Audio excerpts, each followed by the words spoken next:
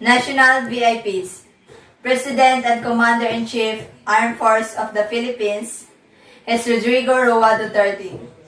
Secretary of National Defense, Honorable Delfin Negrillo Lorenzana. Military VIPs, Chief of Staff, Armed Forces of the Philippines, General Andres C. Centino, Armed Forces of the Philippines. Commanding General, Philippine Army, General Romeo S. Bronner Jr., Armed Forces of the Philippines. Commander ARISCOM, Major General Fernando V. Felipe, Philippine Army. Group Commander 9th RCDG, Colonel Patricio S. Tomales, Infantry General Staff Corps, Philippine Army. Commission Officer 902nd ZDN CDC, Major Elijah V. Lomantas, Civil Engineer, Philippine Army. President Janemary System, Dr. Dalinda R. Lapot. NSTP Director, Dr. Rachel J. Daimel. NSTP Unit Head, Dr. Noel G. Lopecillo. Commandant Janemary Army ROTC Unit, Major Elijah V. Lumantas, Civil Engineer, Philippine Army. Assistant Commandant, 2nd Lieutenant Nicanor B. Obnimaga, Reserve, Philippine Army. Chief Clerk, Corporal Roderick C. Acoimo, Infantry, Philippine Army. Tactical Officer, Captain Cesar Cibala, Reserve, Philippine Army, and 2nd Lieutenant Joey Peter M. Villaros, Reserve, Philippine Army. Senior Tactical NCO Service, Admin NCO, Sergeant Jornel R. Lapot, Reserve, Philippine Army. Tactical NCO Service, Private First Class John Ree M. Maglasang, Infantry, Philippine Army. Staff Sergeant Gerald Rech H. Soto, Reserve, Philippine Army. Staff Sergeant Michael Ray Elven S. Boriros, Reserve, Philippine Army. Sergeant Nancy A. Aranjuez, Reserve, Philippine Army. Sergeant Maynard O. Comisila, Reserve, Philippine Army. Private Rodel G. Patangan, Reserve, Philippine Army. Private Richie A. De La Rosa, Reserve, Philippine Army. Private Charlene A. Tagapan, Reserve, Philippine Army. Graduate Military Assistant or GMA, Private Adams M. Sumalpong, Reserve, Philippine Army. Private Nilo B. Ragradela, Reserve, Philippine Army. Private Jefferson Maglinawan, Reserve, Philippine Army. Private Rico Jack J. Tawataw, Reserve, Philippine Army. Private Glenmar G. Olinan, Reserve, Philippine Army. Private Shahara May M. Hallen, Reserve, Philippine Army. Private Jezreel M. Basculado, Reserve, Philippine Army. Private Vincent Jubilee G. Cadano, Reserve, Philippine Army. Private Ray R. Dayaw, Reserve, Philippine Army. Private John Ray B. Valladares, Reserve, Philippine Army. Private Joven Ray A. Sakal, Reserve, Philippine Army. Private John Freeze C. Cuenca, Reserve, Philippine Army. Private John Paul P. Yorong, Reserve Philippine Army. Private Michelle B. Andicoy, Reserve Philippine Army. Private Vance Alistair L. Pagasian, Reserve Philippine Army. Private Mike Gel S. Lagamon, Reserve Philippine Army. Private Rizal Faith D. Carino, Reserve Philippine Army. Private Liza Claire C. Canaog, Reserve Philippine Army. Private Gizaline Elopri, Reserve Philippine Army. Private Maybell B. Singkay, Reserve Philippine Army.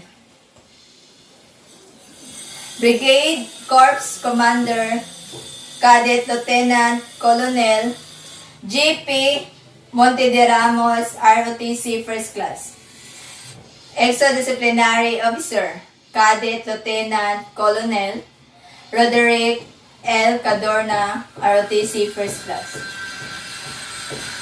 Brigade S1 Adjutant Officer Cadet Lieutenant Colonel Bliss T. Manlupig, ROTC First Class.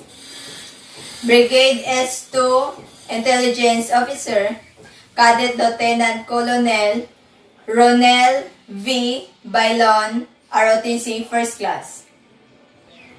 Brigade S3 Operation Officer Cadet Lieutenant Colonel Ramel P. Samson, ROTC First Class. Brigade S4 Logistic Officer Cadet Lieutenant Colonel Sheila May P. Azores, ROTC First Class. Brigade S7 Liaison Officer Cadet Lieutenant Colonel Jamaica S. Lagudas, ROTC First Class. 1st Battalion Commander Cadet Lieutenant Colonel Janemary T. Osabel, ROTC First Class.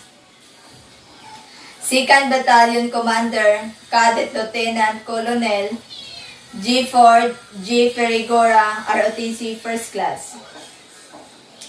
1st Battalion Exo-Disciplinary Cadet Major John Mark T. Clemenia, ROTC First Class. Battalion S1 Adjutant Cadet Major Kathleen Rose E. Apaw, ROTC First Class. Battalion S2 Intelligence Cadet Major Jericho T. Osabel, ROTC First Class. Battalion S3 Operation Cadet Major Jason E. Hamarolin, ROTC First Class. Battalion S4 Logistic Cadet Major Maria Alona Jean B. Alfon, ROTC First Class. Battalion S7 Liaison Cadet Major Chinli R. Selva, ROTC First Class. 2nd Battalion Exo-Disciplinary Cadet Major Brian P. Bañuelos, ROTC First Class. Battalion S1 Adjutant Cadet Major Robelen B. Magnawong, ROTC First Class. Battalion S2 Intelligence Cadet Major Hansel D. Zuzobrado, ROTC First Class. Battalion S3 Operation Cadet Major Raymart Olakay, ROTC First Class. Battalion S4 Logistic Cadet Major Mary Joy C. Maghinay, ROTC First Class. Battalion S7 Liaison Cadet Major Luella Bernadette B. Quinglog, ROTC First Class. Cadet Major Mary Chris E. Dama, ROTC First Class. Cadet Major Aaron B. Kalasang, ROTC First Class. Cadet Major Stephen G. F. Tacliad, ROTC First Class. Cadet Major Jovinal T. Catilo, ROTC First Class. Cadet Major Christian G. Sardani, ROTC First Class. Cadet Major Arian F. N. Palangan, ROTC First Class. Cadet Major BB Janela G. Cañete, ROTC First Class. Cadet Major Gino E. Carbonella, ROTC First Class. Cadet Major Kent O. Dampayla, ROTC First Class.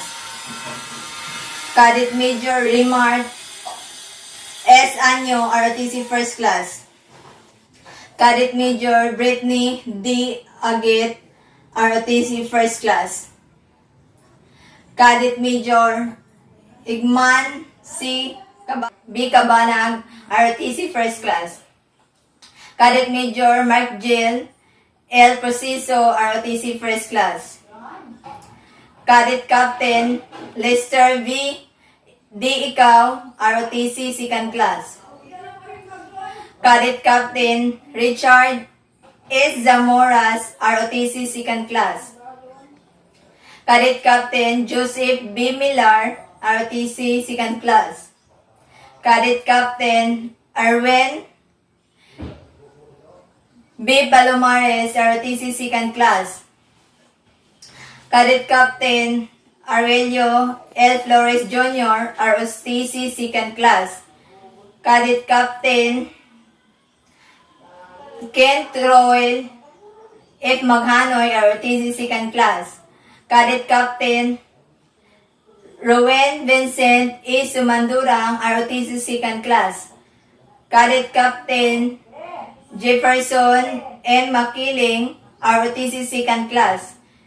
Cadet Captain Blaze Jason H. Iting, ROTC Second Class. Cadet Captain May Angel Esconato, ROTC Second Class.